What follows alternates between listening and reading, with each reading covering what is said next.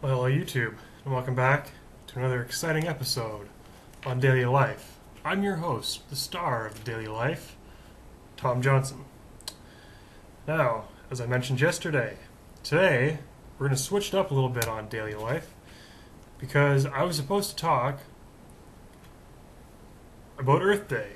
I will just pay lip service to this concept for a minute here, right now, because I know it is very popular in many spheres of society. I don't know what those spheres are, but they're not my sphere. Earth Day is pretty much a waste of time. That is about all I'm going to say about it. I don't know why it happens. I don't know what possible objective it could. I just don't know how it could occur. I really don't. So today I'm going to talk about one of my favorite topics, and I really don't know how I haven't done an episode on this so far. I mean, I've talked about social media a lot. This farm is coming to you through social media, but I haven't talked about my favorite and earliest social media use, which is a service called Microsoft Network Messenger, MSN Messenger, or more commonly called simply by the name of MSN. Now, as I said yesterday, for those of you who don't know what I'm talking about, I would guess that you're probably under the age of about 16. MSN Messenger is a service that was around from the mid-2000s, I'd say 2004, to last year, 2013.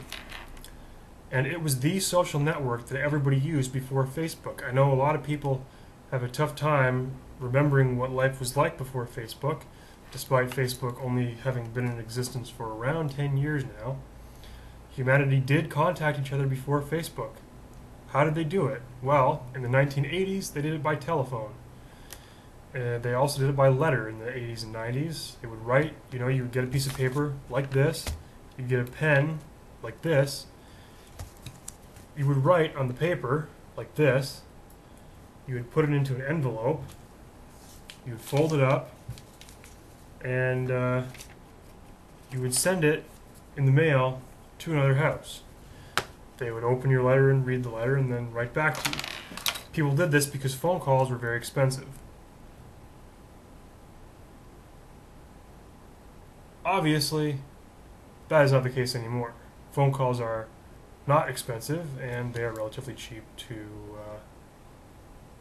occur.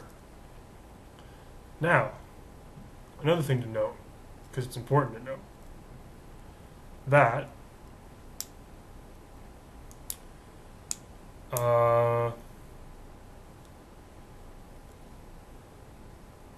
right, what was I talking about? Right, MSN. So then, this thing happens called Facebook.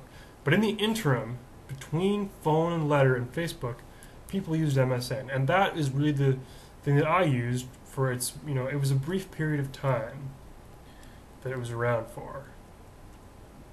Now, did it work? Absolutely it worked. It worked a lot. It worked well for a good number of times. And I don't know what I'm talking about. Okay, the basic premise of MSN messages was talking. It was kind of like you were on the telephone, but instead of being on the phone, you would type. Now, there was no Facebook, so it's different. It's hard for me to explain the concept to the Facebook generation. I'm not sure if I like this button being done up. I think I'm going to undo that. I think it looks sexier like that. Anyway, so MSN. So you would sit there, you would type message, you would push enter, the message would send, and then you'd go and you'd be on whatever, like checking the news, your email. You wouldn't be on Facebook because there was no Facebook. And you would sit there and you would wait until the person messaged you back. You would read the message and then you could send it. Now, it's not as boring as it sounds. You had emoticons like you have now, like the little smiley face, the frowny face, the surprise face, They were all there. And things occurred. Now, when did it start to fall out of favor? When did MSN start to become less popular? Well, it was when Facebook became popular. And it was when Facebook came into the mainstream. I, have no evidence to back me up on this, but it is my contention that, much like that old song goes, where video killed the radio star, I believe that Facebook killed MSN Messenger. Because before Facebook, Facebook was the first social networking website of its kind. And before that, if you wanted to talk to somebody and you didn't want to use the quote-unquote old-fashioned ways, you had to use MSN. It had a monopoly on text communications over the internet. It really did. That's what happened. Now, then Facebook comes along. It's snazzier and it's newer. And what happens? What takes over? It's a shame. It's a damn shame. Because I'm not a fan of Facebook. I do have a Facebook page. Everybody does. And then came along the Twitter. Now there's something, that's like, geez, that's right out of the godforsaken, whatever you want to call it. That's a thing. How do you complete a thought in 140 characters, by the way? That's a real question. On MSN you had unlimited space. You could type a whole essay if you wanted to and send it. But in Twitter, you have to convey a thought into 140 words, no, characters. Not even 140 words. 140 characters, which means like letters. And if you put a space, that's a character. Now, I have a tough time conveying thoughts in 10-minute segments, and I'm speaking, and people speak much faster than they write and read.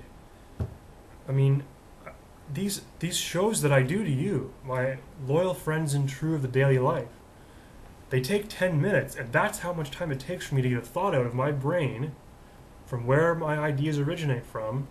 It takes me 10 minutes. And sometimes I go more, sometimes I go 15 minutes. But it usually takes 10 minutes to get a thought from my brain into YouTube powered by Google and out to the loyal friends and true of the daily life. I can't do that. 140 characters is like 3 words. It's nothing. And this is how society's supposed to communicate in the 21st century? This is kind of like a Real Deal Friday right here, I'm talking. This is insanity. If you want to have a conversation, pick up the phone. Don't send a 140 character message to somebody. They're not going to have a clue what you're talking about. And now I'm going to be a little hypocritical and tell you that despite my disagreement with the fact that that's how people communicate, it is the way it works now. And I am thinking about starting a Twitter account. I know I'm a hypocrite. It's alright, you can call me on it. I don't mind. Hypocritical Tom Johnson there, railing against the Twitter, and now he's going to start a Twitter. But I'm thinking about starting a Twitter account beginning effective the second season of Daily Life. By the way, I didn't announce when the second season of Daily Life is going to start yet. I'm going to do that right now. Right now. You ready for it? I'm not. We're going to look it up. Maybe I'll do it tomorrow. Yeah, I think I'll build. I think I'll build. I'll build. I can build throughout the week, right? Yes, I can. So I'm going to plug my 100th show and the season finale, which is on May 2nd of this year, 2014. You do not want to miss the season finale, folks. It is going to be a party. We are going to have surprises up the sleeves. It's going to be sort of like the 50th show of Daily Life. It's going to air on May 2nd on YouTube, powered by Google. So mark it and tune in. And sometime this week, maybe on the 2nd of May, maybe tomorrow, I don't know when, I'm going to announce when the fall schedule is starting. These are exciting times here at Daily Life as we conclude our first television season. I'm so excited that I've done 100 shows on Friday. I'm so glad that you were a part of it. And until tomorrow, the last day of April, I wish you farewell. Have a great day. And until next time, we'll see you again. I am Tom Johnson, for all of us here at Daily Life. Goodbye.